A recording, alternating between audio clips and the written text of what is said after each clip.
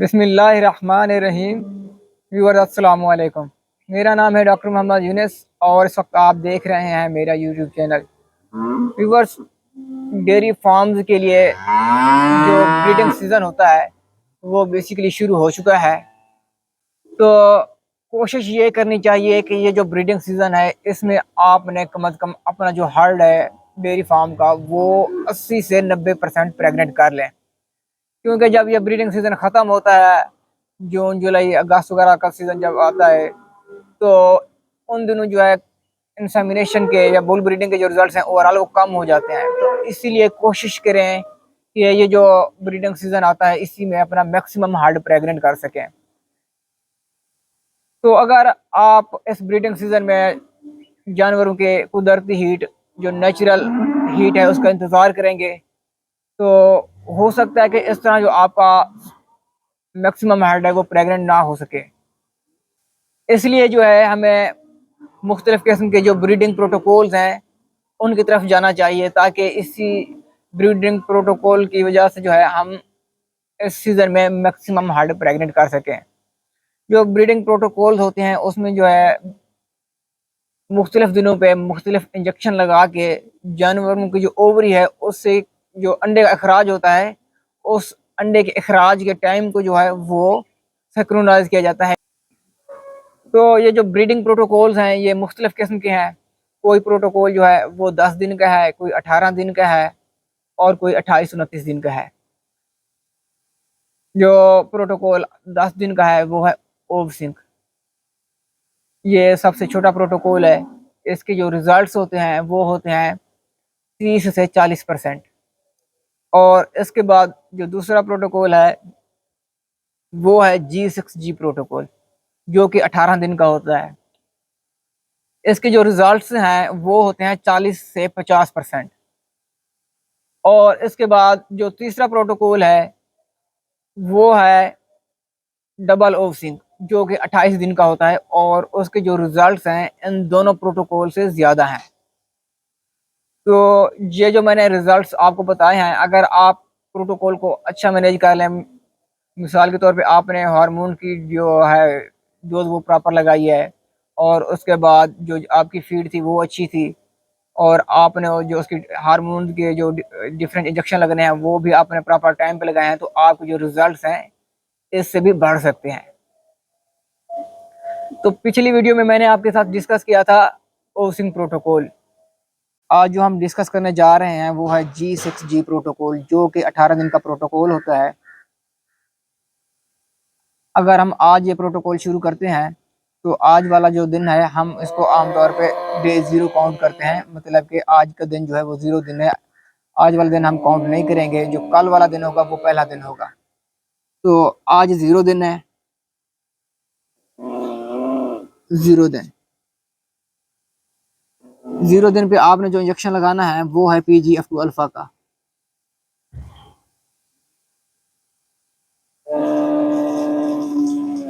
ये पहला इंजेक्शन है जो है वो आपने ज़ीरो दिन पे लगाना है, वो है PGF2 अल्फा का। PGF2 अल्फा जो है बेसिकली मार्केट में साइक्लोमेट या डेलमाजीन के नाम से आ रहा है। और भी ऐसे इंजेक्शन है मार्केट में जिसमें ये PGF2 अल्फा का एनालॉग होता है, वो डिफरेंट कंपनियों के जो हैं वो डिफरेंट है। जो दूसरा इंजेक्शन है वो आपने दूसरे दिन जो लगाना है वो है GnRH का। GnRH जो कि कॉन्सेप्टाल,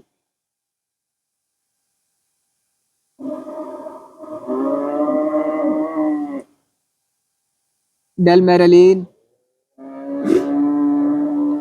या और भी मार्केट में इसके जो प्रिपरेशन हैं वो आ रही है मार्केट में। मिसाल के तौर पर आपने आज पहला जो है पहला इंजेक्शन लगाया है वो ज़ीरो दिन है, तो कल छोड़ के परसों जो है वो दूसरा दिन बनेगा जहाँ पे आपने GnRH लगाना है। इसके बाद जो तीसरा इंजेक्शन है वो आपने लगाना है फिर 8वें दिन।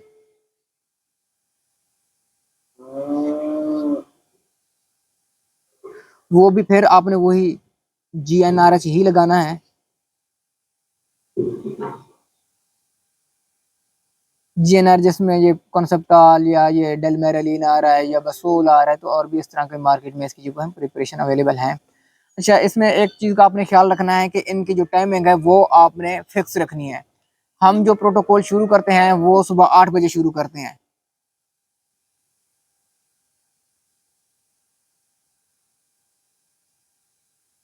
क्योंकि अगर ये जो टाइम है आप डिस्टर्ब करेंगे तो आपको प्रोटोकॉल के जो रिजल्ट्स हैं वो अच्छे नहीं मिलेंगे। तो इसलिए जो है इस टाइम को आपने फिक्स करना है। ये 3 इंजेक्शन हो गए, और जो चौथा इंजेक्शन है वो आपने लगाना है फिर 15वें दिन पे।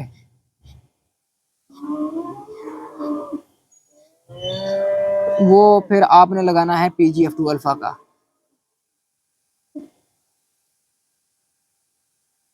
जो कि साइक्लोमेट हो गया या डेलमाजीन हो गया या ल्यूटालेज इंजेक्शन हो गया, तो इस तरह के और भी मार्केट में ये अवेलेबल हैं। ये भी जो है आपने लगाना है सुबह 8 बजे। ये 4 इंजेक्शन हो गए। इसके बाद जो पांचवा या आखिरी इंजेक्शन है वो आप लगाएंगे 17वें दिन पे। वो होगा GnRH। GnRH वही जिस तरह ये कंसेप्टाल है या डेलमेरलिन है, इस तरह का।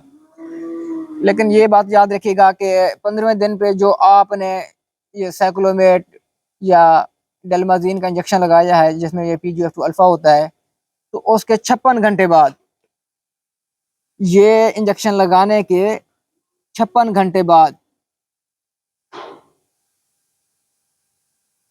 जो उसके 17वें दिन पे आपको इंजेक्शन लगाना है वो 15वें दिन के 56 घंटे बाद लगाना है।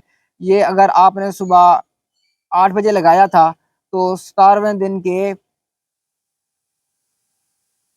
पिछले टाइम 4 बजे जो है ये आपके 56 घंटे पूरे होंगे, तो उस पे जो है आपने ये इंजेक्शन लगाना है GnRH का, जिसमें कंसेप्टाल हो गया, डेलमेरलिन हो गया, बसोल हो गया, और भी इस तरह के इंजेक्शन होंगे। तो ये 5 इंजेक्शन लगने के बाद जब 18वां दिन आएगा, 18वें दिन आपने जानवर की AI करनी है। यहाँ पे जो है वो फिक्स्ड AI होगी।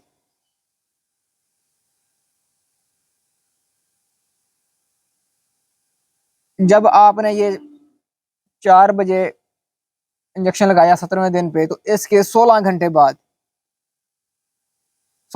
बाद आपने AI करनी है।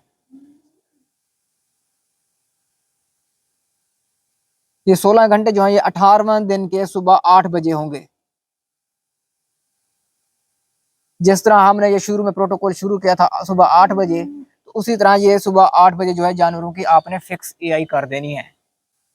अच्छा, कुछ लोग पूछते हैं कि अगर ये प्रोटोकॉल लगाने के दौरान जो है, मिसाल के तौर पे पहला इंजेक्शन लगा दिया है या दूसरा या तीसरा, तो अगर कोई जानवर हीट में आ जाए तो क्या ऐसे जानवर की हमने AI करनी है या उसका प्रोटोकॉल पूरा करें तो फिर जाके उसकी AI करें? तो वो मैं आपको बताता हूँ। ये कैमरा करीब ले आइएगा। जब आपने ये जानवर को जो है यहाँ पे पहला इंजेक्शन लगाया है PGF2 अल्फा का, जिसमें साइक्लोमेट या डेलमाजीन है, तो यहाँ पे जो जानवर है वो हीट में आ सकता है। तो जो जानवर यहाँ पे हीट में आएगा उसकी आपने इंसेमिनेशन इधर ही कर देनी है। उसके ऊपर नेक्स्ट जो आगे प्रोटोकॉल चल रहा है वो आपने नहीं उसको चलाना वहां, बल्कि उसको आपने इंसेमिनेट कर देना है। दूसरा, जब आपने 15वें दिन पे जानवर को यहाँ पे PGF2 अल्फा का एक और शॉट लगाया है, तो यहाँ पे भी जो जानवर है वो हीट में आ सकता है। तो जो जानवर यहाँ पे हीट में आ जाए तो उसको भी आपने यहाँ पे ही इंसेमिनेट कर देना है। उसको आगे प्रोटोकॉल लेके जाने की जरूरत नहीं है। तो ये था हमारा आज का G6G प्रोटोकॉल।